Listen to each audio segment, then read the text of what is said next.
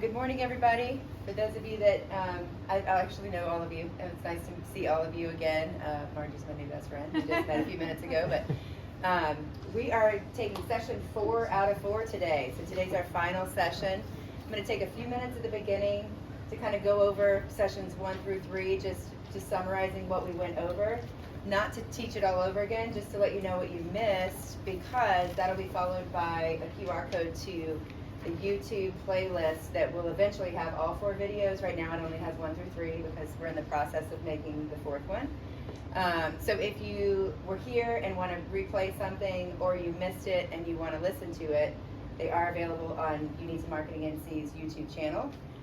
In addition to that, I also have all the slides available. Some of them have a couple of links in there that can be helpful for you, so feel free to request that from me after the class. I'll have a QR code at the end. I'll take questions at the end of each section, and then also we're probably going to bump right up to 9 o'clock, given that it's already at like 10 after 8. I'll be available. I'm not like going to run out the door at 9 o'clock. So if I don't get to answer your question throughout this session, then I'll make sure that I get to answer it after.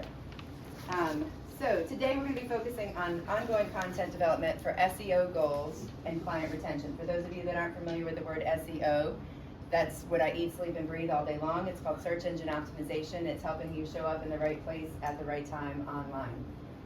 So let's talk about You Need to Marketing. I founded You Need to Marketing in 2022 because I wanted to take a more personalized approach to marketing strategy. We really go after just personalization, catering every single project for the client's specific needs. We do specialize, we are a full-scale agency, so it's important to remember that whatever you need, we've got you covered. But we do specialize in search engine optimization for small businesses in the service sector. Particularly businesses that are looking to scale is a great client for us, that are kind of trying to take things to the next level. Also, another great client for us is somebody who has a great idea and they want to start a business and they need a logo and branding and site and the whole 9 yards. And everything in between. So I always tell people, whether you're just getting started or you've got a giant hot mess on your hands and you don't know what to, you're just like, I give up, or you've been doing it yourself and you get really busy and you'd rather spend your time running your business rather than doing your marketing. Those are all 3 great scenarios to give us a call. So this is me. I've been doing this a really long time. I love marketing. I've been obsessed since I was a little kid. Went to UNC Chapel Hill, got a great education in it, and put it to work right away, helping gymnastics programs grow while I was raising my little kids. Joined an agency as soon as my kids hit school age, and never looked back. Started my own company 4 years ago. So grateful for the opportunity I had in my agency that I worked for. It was a lovely experience, but I've never been more grateful to do things my way.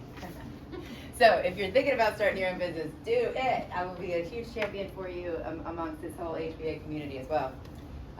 Session 1, we covered branding basics, keyword research, website design. Session 2, social media, directory setup and management. So session 3, email marketing, digital marketing, and measuring results. The other sessions we went that quick. This time I'm going to go a little more detail just so that you can kind of remember and maybe think to look back, since we are trying to tie the whole thing together today. Session 1, we really got into, talked a lot about for people who are just getting started or rebranding, the strategy and naming your business. Branding packages. We all know we can go on some of these cheaper options and get like a logo that may not work for you long term. So we talked about the importance of working with a designer on the front end. Building your website for SEO. I'm glad this is up there. We did talk about it in session 1. We're going to talk about it again today because I'm pretty obsessed and I think it's important enough to talk about twice. So I'm not even going to get into that right now. Connecting your site with Google Analytics and Google Search Console, how to do it and why to do it. We talked about that in week 1. Session 2, we talked about branding consistency, workspace accounts. Welcome, Eric. Email marketing with your domain and calendars. We talked about how to use Workspace to help streamline your workflow. Workspace is not the only way, but in my opinion it's the best way. We talked about who to share your information with in the team, that it's important to share it with somebody because for many reasons, but we talked about being strategic with that, and then we talked about actually how to set up Google Business Profile, Facebook company page, Instagram. You can read all the ones there. We went through each one at a time and talked about the differences and how to actually do it. So if that's something you're trying to do right now, you probably want to check out session 2. Session 3, we focused on email marketing, digital advertising, and measuring the results of what you're doing and finding out whether or not it's actually working for you. I talk with a lot of business owners who, first of all, they're spending in 4 or 5 different ways, and they're not really measuring the results. So they don't really know what's working and what's not. So when it's time to decide what to invest in again, it's really tough to know without measuring. So we talked about email. That was a big part of what with newsletters specifically. We didn't talk too much about funnels, so if that's something you want to learn about, that would be another session. But digital advertising, we talked about different ways to advertise online, the differences between them, when to use one and when to use another. We talked about print advertising, keyword search analysis, and Google Analytics, in my opinion, are the best ways to measure your results. So we talked about those. We'll touch on those a little bit more today because, again, it's just really important. So that's basically it. This is the QR code to the YouTube playlist. It's not, if you scan it and then you realize later the tab got closed on your browser, don't worry, just search You Need to Marketing NC or You Need to Marketing, grab my card. If you can't find it, I'm not doing my job. You should be able to find it pretty easily. But yeah, on our YouTube channel, there are different playlists for different things. You'll see a bunch of podcasts where I nerd out on different topics. Whatever they ask me, I nerd out on it, and we optimize it so you can see what I'm talking about. But this one in particular is pretty inclusive. It's 4 1-hour, it will be 4 1-hour sessions. So today we are going to get into ongoing content development for SEO goals, client retention, keeping those clients coming back for more. We're going to get into SEO strategy. That's where I really nerd out and could take an entire hour, but I'm going to do my best to keep it concise for you guys today. We're going to talk about blogging, Google profile optimization. We touched on that in another session. We're going to tie it together a little bit today. Social media posting, incorporating videos, the use of YouTube and Reels, and reporting and implementing needed changes to SEO strategy based on results. That's where we'll get into that keyword search analysis, Google Analytics portion again. So a little bit of review today, but trying to just tie everything together. Any questions so far about where we've been and where we're going? All right, I'm going to keep on rolling. So for SEO strategy, number 1, before you build a website, if you have not built a website yet, do not build the website first. Do the research first. That's what I always tell people. If you don't have the site yet, do the ground level research or pay someone like me to do it for you. It's not intuitive, it's not obvious how to do it, but it's very important that you find out what people are searching for and you create the structure of your website based on that. So if you have this random service that nobody even knows exists, that might be a lower priority service page for you that you add later, so that when people land on your site, they can see that you offer that cool service that they didn't even know existed, but maybe nobody's searching for it. The things that people are going online and searching for, that would be one of the first service pages you create because you're trying to capture that traffic online. Does that make sense? You want to think about prioritization to your interior service pages with your website. Also, what do you optimize your homepage for? That's always a big conversation with business owners. It usually takes quite a bit of research and quite a bit of conversation, because we don't want to just go after what people are searching. We also need to go after those terms that are all encompassing for your business. So using You Need to Marketing as an example, if I said search engine optimization for my homepage, that's not really accurate because that's not all encompassing of what we do. So you might notice our homepage is optimized for a boutique marketing agency. We're a full-scale marketing agency, but at the same time, what we do different is that we're smaller, more specialized, right? We work specifically with companies. There are people searching boutique marketing agency, but notice that marketing agency is also a part of that word, right? So we got boutique marketing agency where we're showing up really nicely, and then we're going after marketing agency, which is an incredibly competitive keyword and incredibly difficult to show up for because everybody in the industry knows how to do it. So yeah, it's a unique challenge. But anyway, that's a good thing to keep in mind. Your keyword research is the ground level. And then, the second part of that bullet is to create an SEO sitemap. We literally build every page of the site that's going to begin. Most clients begin with about 5 pages, a simple website, homepage, about page, a service page, maybe a blog, maybe a contact page. We assign keyword to each one of those pages. Those are your main keywords that are the most important. And then we develop pages that we're going to build out over time, right? So maybe some interior service pages, maybe you're going to add a gallery, maybe you want whatever it may be. Every business is a little bit different, but we assign keyword values to future pages, right? So when you're paying a web developer, you can save costs on just creating a kind of a smaller site to begin and then building it out over time, working with a company like us or doing it yourself, which is what we're talking about today. Take an initial keyword search audit to determine areas that need growth. Go to Google and search for the services you offer. Are you showing up? It's that simple, right? Connect your site to Google Analytics before you even start.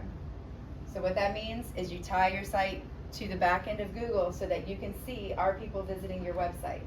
You can see what pages they're visiting, how long they're staying there, are they engaging with the content that you're creating? And the answer is probably no. I don't want to be like doom and gloom here, but if you just started your page and nobody knows you exist, nobody's going to your page, right? But the reason you want to set it up at the beginning is so that you can feel good as you see that upward trajectory growth while you're spending time on your marketing efforts. Any questions so far? Yes. Yeah. The Google Analytics, is that done through somehow on Google Business Profile? No, No. it's completely separate platform than Google Business Profile. Good Okay. question. Yeah, and it is a little tricky to set up. You know, you can Google it and do your best. You can also work with somebody like me to get it set up. I'm with Squarespace, so is it something that's probably built in? You should be able to figure it out through Okay. Squarespace. Okay. Yeah. Creating the account, you know, it's like everything else. I recommend a professional, but at the same time, you can Google it and do your best, and Okay. it's better than nothing. Okay. Yeah. SEO strategy. We want to take your existing site, if you already have one, and if you're on the front end, like we just talked about, and you've just built your shell and you're developing your website, as you go, every single page on your site, we're going to talk about what you want to see. So say, let's use the boutique marketing agency, we'll just kind of take that example throughout. If you go to my homepage of my website, and I believe this is accurate, it's been a while, but we want to configure the metadata. That's your SEO page title and your meta description. That's what pulls into search engine result pages. So if you Google boutique marketing agency Raleigh or Wake Forest and you see my, you know, and I shouldn't have used this as an example, it's incredibly competitive, but anyway, if you get to my search result, you want it to say, the SEO page title should certainly have your main keyword in it, boutique marketing agency. If possible, it should have the name of your business in it as well. But most importantly, it needs to be engaging. Right? If you think about your own habits as a user online, when you Google something, what you click on is determined by these very subtle psychological factors. If it's very boring, and the one above it or below it is not boring, you're more likely to click the one above it or below it. If it's engaging, somebody's more likely to click on it. So think about that when you're creating your SEO page titles and meta descriptions. It's not just keyword, keyword, keyword. It's, is this interesting and engaging content? Also, speak in complete sentences. Meta descriptions that are just phrase, phrase, phrase, phrase, just chock full of a bunch of keywords. No, those days are over. Google understands language now. They have been listening to us for many, many years. They understand natural language. They want you to speak to users. They want their users to have a great user experience. So think about all of that when you're creating that SEO page title and meta description on each page. In addition to that, on each page, utilize H1s, H2s, H3s, not all of them, but in some capacity you want headers and subheaders. Those headers and subheaders, similar to SEO page titles, they should be strategic. You want them to draw the reader in. If it's just boutique marketing agency, that's boring, right? But maybe you have a great catchy header and then a subheader that says something like about how we're a really cool boutique agency, right? So you want to be strategic in being engaging and using your keywords in a strategic way, not just in the we call them SERP. So if I say SERP, search engine result page, that's when you go to Google, but also on the page. So think about the user experience once they've landed on your page as well as you're optimizing through the pages. In addition to that, you guys have probably heard, if you Google SEO, it's going to tell you that links are important. They are important. They're not as important as great content though, okay? So don't get so obsessed with links that you forget to create a great website with great content that's engaging. But yes, links are important. You want external links and internal links. Internal links are linking from one page of the site to another. External are linking from your site to another site. When you do put links in, you have a way to optimize your link too. It's called a link title. Use that. When you add an image, add your alt tag. The origination of the alt tag is for disability. It's for people who are visually impaired to be able to hover over the image and it tells them what it is. So don't spam your alt tag. Don't, if it's a picture of a tree, don't say Boutique Marketing Agency Raleigh, right? Or Boutique Marketing Agency Heritage Wake Forest, right? It's a tree, right? So you could say something, you could use to the best of your knowledge. You do want to think about the visually impaired person, but if there's a way to kind of work your keyword that you're focusing on into that image, do it, right? And that visually impaired person's probably going to laugh a little bit and go, I know what they're doing, but that's okay. Still tell them it's a tree though, right? Keep the keyword in mind when creating and editing the content. So when I say keep it in mind, I do not mean use it in every single sentence. That is annoying, first of all. As a user, you can tell when people have done it, it's stupid, it's annoying, right? We don't like it. But guess what? Google's been listening to us for years. Google knows it's annoying and they'll flag you, right? So you want to use natural language. You want to write in a creative and engaging way, but you do want to weave your keyword in there. At least it depends on the length of your content. You want to think about keyword density. So if you have this much content and you have your keyword 5 times, that's going to be annoying and spammy, right? If you have this much content, you probably should have it in there about 5 times, right? So it just really depends. Everything depends on everything, I know, and that's an annoying thing to say, but just keep it in mind when you're creating your content. Any questions about that? I know that's the biggest slide. It's a lot of information. Yeah, Gabe.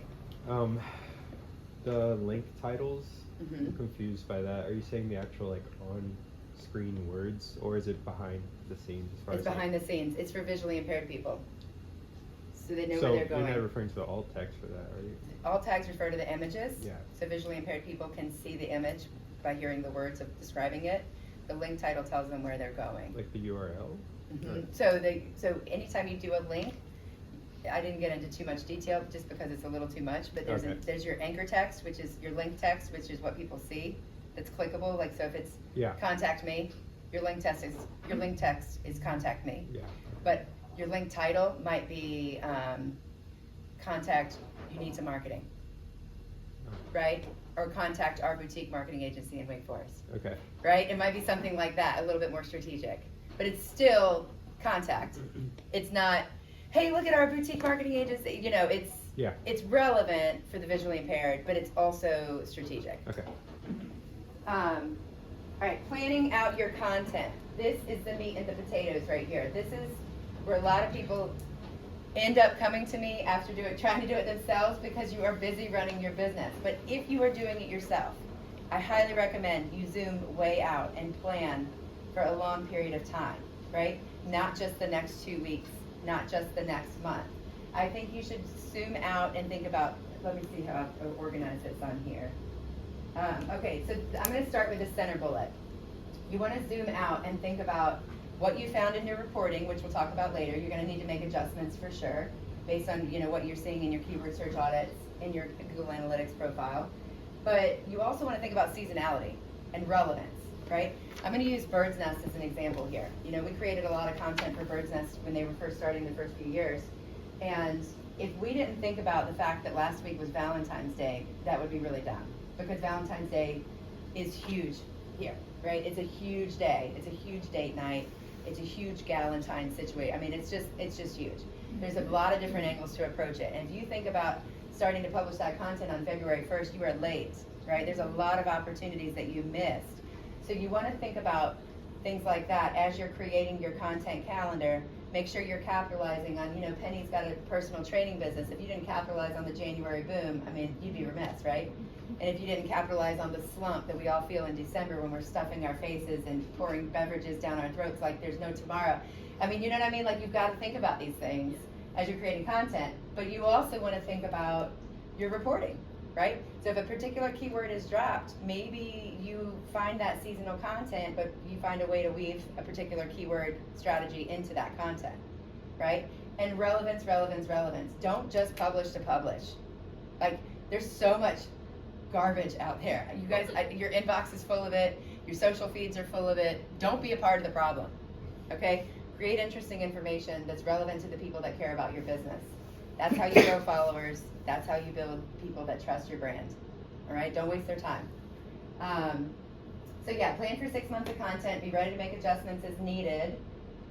Assign a keyword phrase to all upcoming content. I think we just talked about that too. Good, I wove it all in. There's one thing I want to talk about, pages and posts. I'm going to get into that later, but you want to think about both. We touched on maybe adding interior service pages over time, maybe adding a gallery page, whatever it may be. I have a client who invested in this 3D software that he was using for his bids for all of his clients. That's not a drop-down service page. That's right there in the header because that separates him from his competitors, right? So if you look in his navigation, it's home, about, services, name of the software, you know, that kind of that. So sometimes it's a big deal, and sometimes it's one of the drop-downs under services, right? Maybe it's our team page. Maybe your team's grown to 4 or 5 people, and the about page isn't covering it anymore, and you need to add a team page, right? So sometimes it's not so much only driven by SEO. Sometimes it's driven by the need, but at the same time, if you're taking the time to develop that page, assign a keyword phrase that makes sense, right? And go after it with it. Another thing to think about, we talked about this, I want to say session 2, it was service area. I think we got into it in session 2. But a lot of companies, it's very relevant to have a service area page, at least one page, especially if you're going to them. If you're going to them and you're targeting multiple cities, it can be really helpful to build out all those cities over time. That's almost always going to be a part of SEO strategy for any client, any business that's going to people. A place like Bird's Nest, they're in Wake Forest. It is what it is, right? I mean, if you want a cocktail and you're in Wake Forest, this is where you need to come. If you're in Clayton and you want a cocktail, it's a bit of a drive. It's worth it. It's great. I've had the cocktails. The ambiance is great. But the reality is, somebody else is they're probably not going to drive over here, right? So you can really focus on the Wake Forest market, maybe Roseville, Youngsville, but you guys get the idea. So with blogging, what we just talked about, service area, about all those are pages on the website. They're permanent. You can see them in the navigation. One page in your navigation is blog or news or resources or however you choose to title it. If you're not going to update it, don't include it. Nobody wants to land on your website and see that you haven't posted a blog in 6 months. Okay? That shows people that you are not responsive, right? That shows that you're not taking care of your business, right? And what it really means is that you're slammed and you're busy and things are going great and you haven't outsourced your marketing to somebody who's not too busy, somebody who's focused on your overall strategy. That's what it really means. We all know that as business owners. But what it looks like psychologically to somebody who landed on your website, it looks like, oh, they're too busy. They don't even care. It's just this psychological shift. And if you think about it, you do the same thing. Same thing when you land on somebody's social media feed. If they haven't updated recently, you're like, I'm out. I don't even know what's going on. Are they even in business anymore? Who knows? Right? It's crazy. And you don't have to post 5-6 times a week to prove that you're still out and about. But if you haven't posted in 6 months, it's time to post, guys. Right? Post or outsource, one or the other. So we talked about the pages, the difference between pages and posts. What's the point? It's really important, y'all. I mean, I truly believe this. We create blog posts for like 90% of our clients. You're creating shareable, engaging content that doesn't warrant a service page. So I'm going to give you an example. As a marketing agency, I have a page dedicated to search engine optimization. That's one of the main services that we provide. My search engine optimization page is professional content that tells you what search engine optimization is, how it works, how we engage with our small business owners, right? A blog post would be talking about the importance of link titles and how to optimize your links on your page. That's a blog post. Do you really want to see in the menu a page about links? No, that would be really weird, right? As a marketing agency, if you're looking under services and there was a page all about links, that would be like, wait, what? You provide a whole service where you just optimize links on my site? That makes no sense. But at the same time, my audience is small business owners, many of which are still doing their own marketing. My audience is not only people that have already outsourced or are ready to outsource. It's people doing it themselves. And I'm trying to do, like I'm doing today, I'm trying to help drive that forward. So that is interesting and engaging content that will help you show up better online. It's relevant to my users, but it's not a service page. Does everybody understand the difference? Okay, so it also says, hey, I'm here if you want to outsource, right? It's me putting myself out there, offering free information, but at the same time, you know, if you're having that week where you're like, I can't do all of this anymore, I'm so burnt out. forget it, I'm calling Rebecca, right? And you're gonna call me instead of my competitor because I've stayed in front of you, right? Not only did I develop that blog that you never would have known existed, except I pushed it out through all of my social media platforms, of which you follow maybe one of, right? Maybe you follow me on Instagram, you didn't even know I had a Facebook, a LinkedIn, or a YouTube. That's okay, because you follow me on Instagram, and I posted it to Instagram. Hey guys, if you want to know how to optimize the links on your site, check out this article. Now you go to my profile, which has my link tree. The first article in my link tree is the thing I just told you about. You click on it. Now you're on my website. Now you're feeling great, and you're doing it yourself. And then 2 days later, you're overwhelmed, and you just call me, right? That's kind of how it works. Like, you got to think about what your user experience, what your user journey is. All right. So also it drives traffic to your website, which helps your SEO. And also, we're going to, of course, capitalize on what are people going to Google and searching. We're going to optimize that blog for something specific that makes sense, it's related to the blog, but at the same time, people might be searching, how do I optimize my links, right? Or how do I use links to build my SEO, or whatever they're searching, that's what we're gonna optimize the blog for, right? So it's got all kinds of benefits. Posting on social media, general tips. A lot of people use tools and they're time savers and they're better than nothing, so keep that in mind. The tools that I'm talking about are the ones where you put in one blurb and you say post to these 5 places, right? We don't use that for our clients. We customize every social media post for every single client, for every single blog or service page. We do that because we're meticulous. Google doesn't like duplicate content. So when you're posting on social media, it's not the same as taking a blog from this service provider in a different state. Nobody will notice if you copy the content. Google will notice, okay? Don't copy people's content. Create your own content.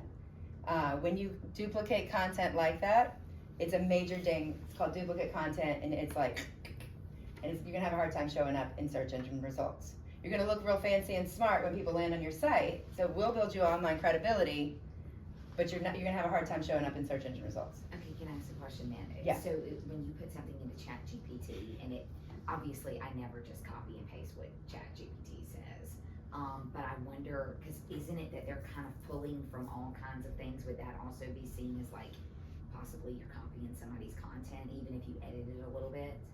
That is in 1 hour answer. Oh. Like what I would tell you is you need to pay for your AI search platform, and that you need to work on creating, that is like the most loaded answer I could possibly say.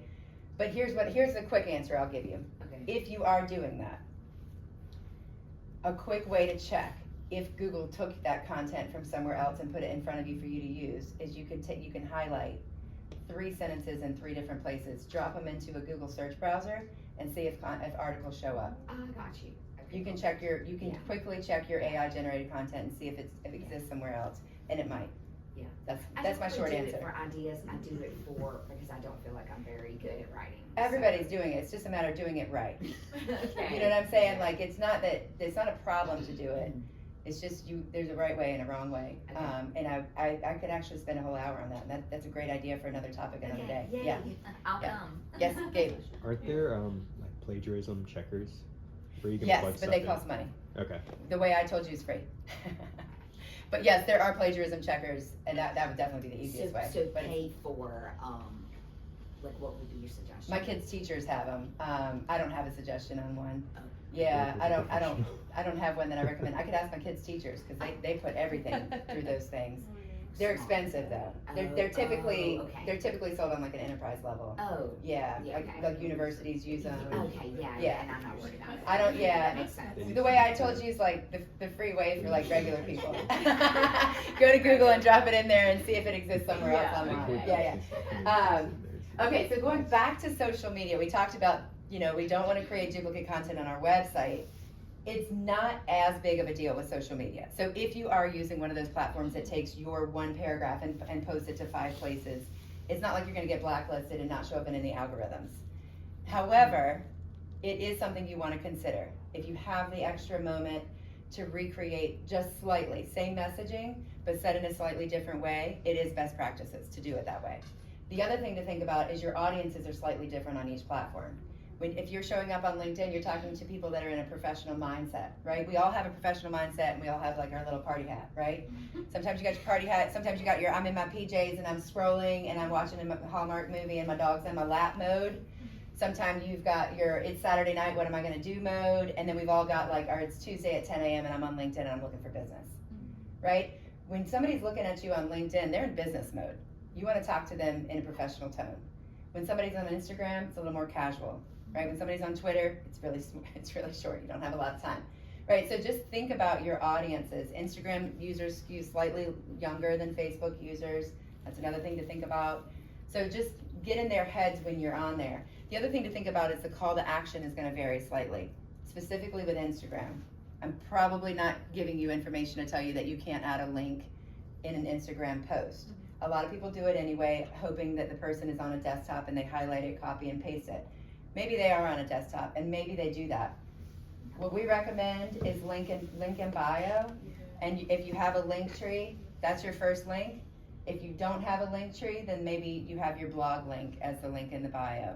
Maybe you have your website and your blog. You can put up to 4 URLs. Do everything from your phone. You're going to be able to optimize your Instagram much better from your phone than you will desktop. That we went over that in more detail. I think it was session 2, the one that's focused on directory and social media. So if you want more information about that, go to session, I think it's 2, pretty sure. You can use links in stories, so capitalize on that. You can share your post as a story, and then you can add a link there. You can Google how to do it. I'm not gonna get into too much detail with it today, but that is something to keep in mind. We are gonna talk a little bit more detail about Google profile optimization. We went into how to set it up and how to optimize it in more detail, I wanna say it was session 2. But today I want to speak more when you're posting regularly on Google. If you don't know what I'm talking about, if you think about when you see somebody's Google profile optimization, like kind of profiled on the right, maybe normally we see a list of maps, you know, like a place. Those are Google profile optimization. Excuse me. Those are Google profile listings, Google business profiles. Okay.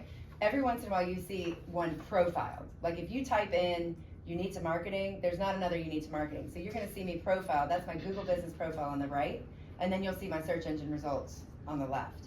But what you see on the right, you know, maybe you see a logo. Every once in a while you see like a picture of the dumpster behind a building or something, because we can't really control that. But you'll see phone number, you know, whatever your website, all the things.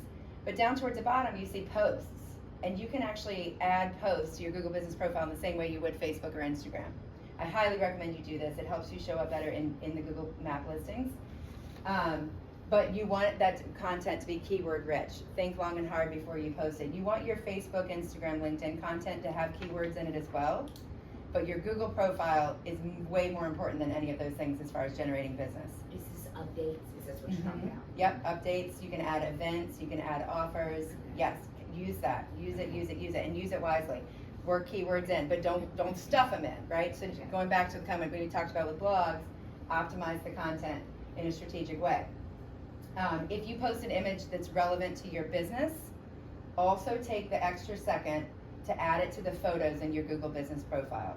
Google likes when you update the photos as well, but not if they're completely irrelevant to your business. If you're posting about something that has no image related and you just do a picture of your dog to capture people's attention or something, don't add that to your business photos. That does not make any sense, right?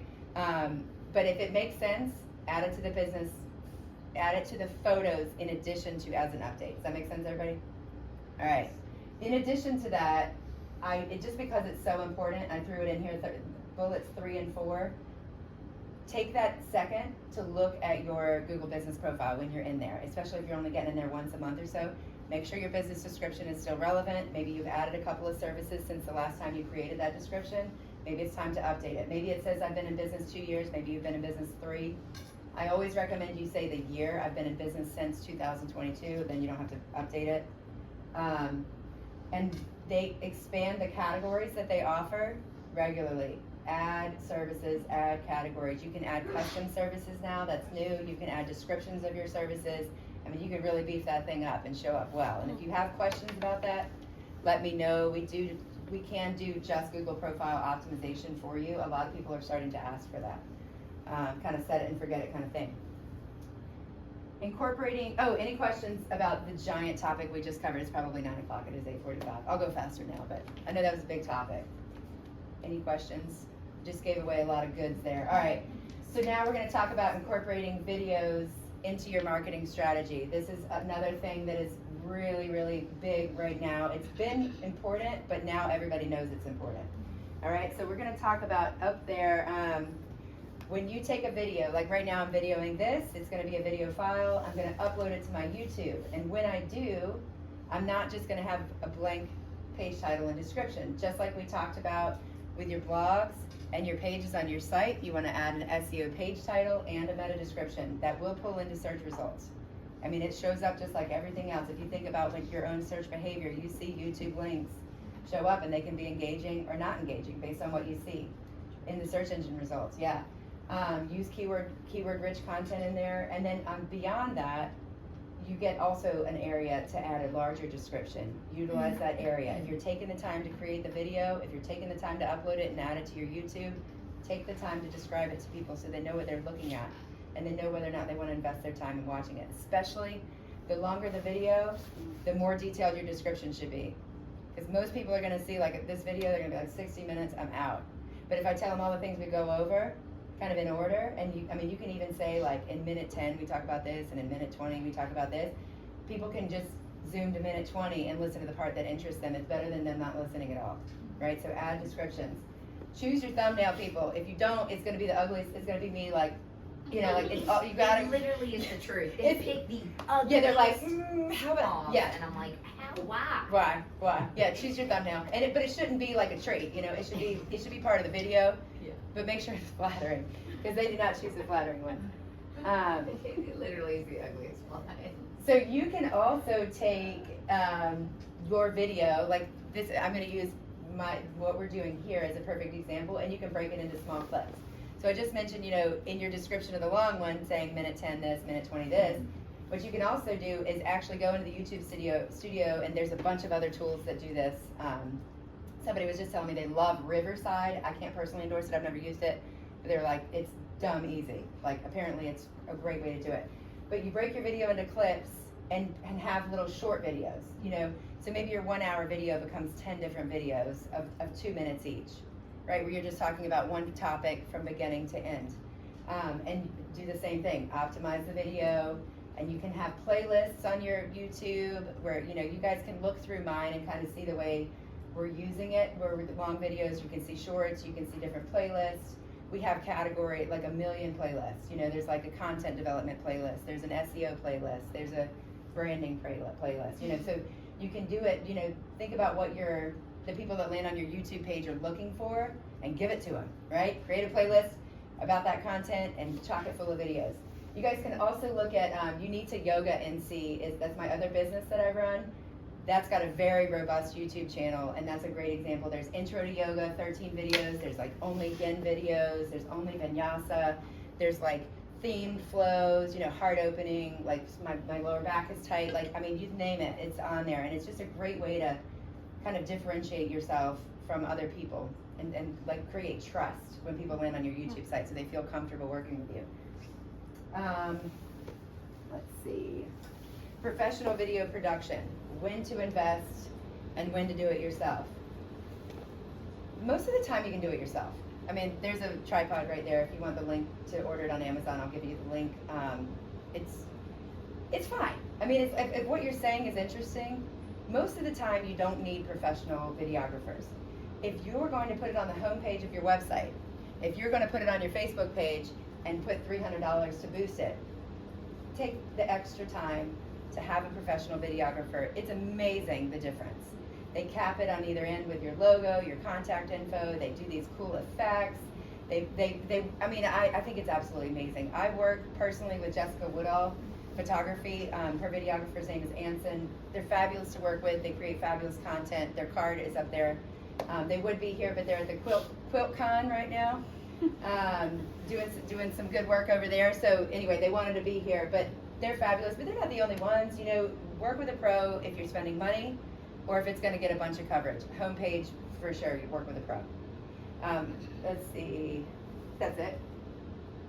Reporting and implementing changes to SEO based on results. What is your Google Analytics data telling you? All right, so what we do for our clients is we pull reports monthly, we make decisions quarterly. Okay, that's what I recommend you do. Take a look in your analytics account at least once a month. Make sure it's still connected first of all. When you update plugins on your site, sometimes they automatically update themselves if you're doing your own marketing. Your analytics tag can go away and your site can no longer be attached to analytics. So if you only look every 6 months, you might have lost 5.5 months of history, right? So check at least once a month, make sure you're still connected. Take a look, make sure you don't have any major drops, any major spikes. Major spikes can indicate bot activity. Maybe you need to lock things down a little bit with your server, your host, yada, yada, yada. Just take a quick look. Every quarter at least, that's where you make decisions, all right? We're looking for overall trends.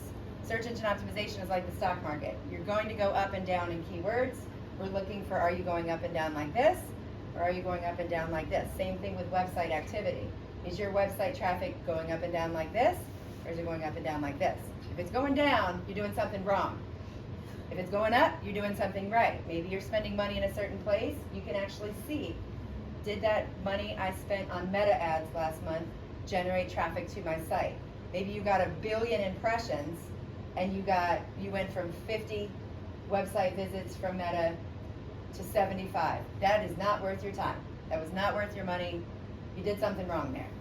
Now, if you got 1 billion impressions and you went from 50 visits from Meta, Facebook, Instagram to like 700-800, you're doing something right, okay?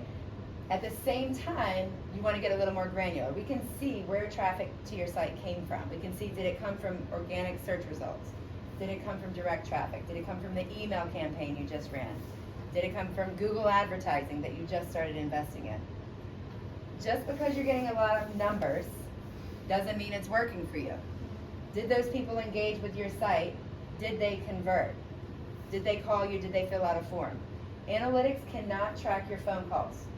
You can track your phone calls because you're talking to the person on the phone. Ask them the question, where did you find me? Ask them the question, ask them the question. It's the best way, right?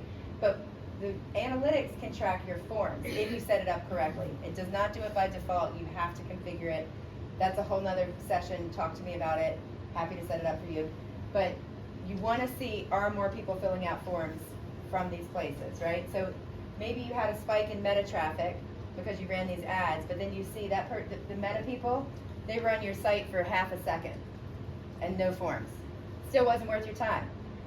A bunch of people looked at your site, didn't like it. What was wrong with the landing page of your ad, friends? Something was wrong with it, right? So then you think about, what page did I link that ad to? Which landing page? That landing page needs work. Doesn't mean the meta ad itself was broken. It brought people to your site. Something's wrong with your landing page, right? So maybe you need to make some tweaks to that landing page to drive people to actually hang out, get more information, and or convert, right? So the analytics can tell us a lot. Where's your traffic coming from? Yeah, I think we got it. So then the other thing that can tell you a lot is your keyword search audit. We went into more detail with this in one of the other sessions, I can't remember which one, but essentially there's tools out there that will tell you, you can input 1 million keywords and it can tell you where you're showing up at that exact time. In my opinion, it's not enough information. We use the tools, we're not dinosaurs, we streamline as much work as we can. We use that for quick snapshots. Every single month we go to Google for all of our clients and we search the keywords that matter to them and make sure they're showing up. We find out, we record the number, which is what those tools can give you, but we also record, how does it look? Are you pulling in a page from 2002 that you thought had disappeared? Is that pulling into search results? Uh-oh, you've got a problem, right? Or does it say your business name, home? It's like my biggest pet peeve when it just says home. Or you guys can fill in the blanks, right? You want to make sure you're showing up correctly. You want to make sure you're showing up at all. You're showing up the way you want to show up, that the right page is pulling into the right thing, okay? So as you track that over time, you're going to see trends. Certain keywords are going to be going up and certain keywords are going to be going down. And when you're thinking about your content strategy, you want to take those keyword search audit results and you want to roll those in, right? Maybe you need to make a landing page change, and maybe that landing page needs some help with optimization, right? So there's a lot of ways that when you pull all of this information in, that it is all rolled together. Everything we talked about today actually does overlap and connect with itself. I want you to make sure you're also looking at your Google Business Profile ranking. If you are doing keyword search audits, if you are Googling your own keywords and looking at how you show up, is your Google Business Profile pulling in? If you are at the beach, the answer is no, it's not gonna pull in. There's nothing you did wrong. You're at the beach. Google Business Profile takes into account where you are physically located. If you are trying to search for if you have multiple locations, like, Kim works with restaurants that have locations in multiple states. It would be helpful to have a client that's in a restaurant in Virginia, have somebody local do that search to get the most accurate Google Business Profile results. Because you think about, that's local search marketing. That's like making sure you're showing up in the right place at the right time. If you're next door and you search cocktails Wake Forest and Bird's Nest doesn't come up, Harmony has a problem, right? If you're in Virginia and you search cocktails in Wake Forest, it's probably still gonna come up because the person put Wake Forest, right? They put Wake Forest, especially if they put Wake Forest in C. But most people don't put Wake Forest in. Most people put near me. Cocktail now, near me, give me one, put it in my mouth, right? It's like, I want a cocktail. Or like, marketing agency near me, I wanna work with somebody I can sit across the table from. Those are those local searches that if you type near me and you're in Virginia and you're trying, it's not gonna be accurate. It's gonna show you businesses near you. All right? Scheduling. Plan for 1 quarter at a time. Pull quarterly reports and make adjustments to strategy as needed. We plan 6 months out and make adjustments every quarter. Every single month, I make sure the next 6 months are planned. Every single quarter, we make adjustments to that plan. That's how we do it because, we have got a lot of experience with it. For you guys, I would do quarterly. It's a little bit easier to zoom out, but don't plan the quarter during the quarter. Okay? Like it's February, plan your summer now. In the summer, plan your fall. In the fall, plan your winter. In the winter, plan your spring. Like, be ahead. Okay? We are at 8:58. I want to be respectful of your time. If you have a question, I'm not going anywhere. I'm happy to answer your question. You can also scan this QR code. It's going to go to the contact page of my website. I'm going to go to the next slide because it's got all the info, including that QR code. That's my phone number. That's my email.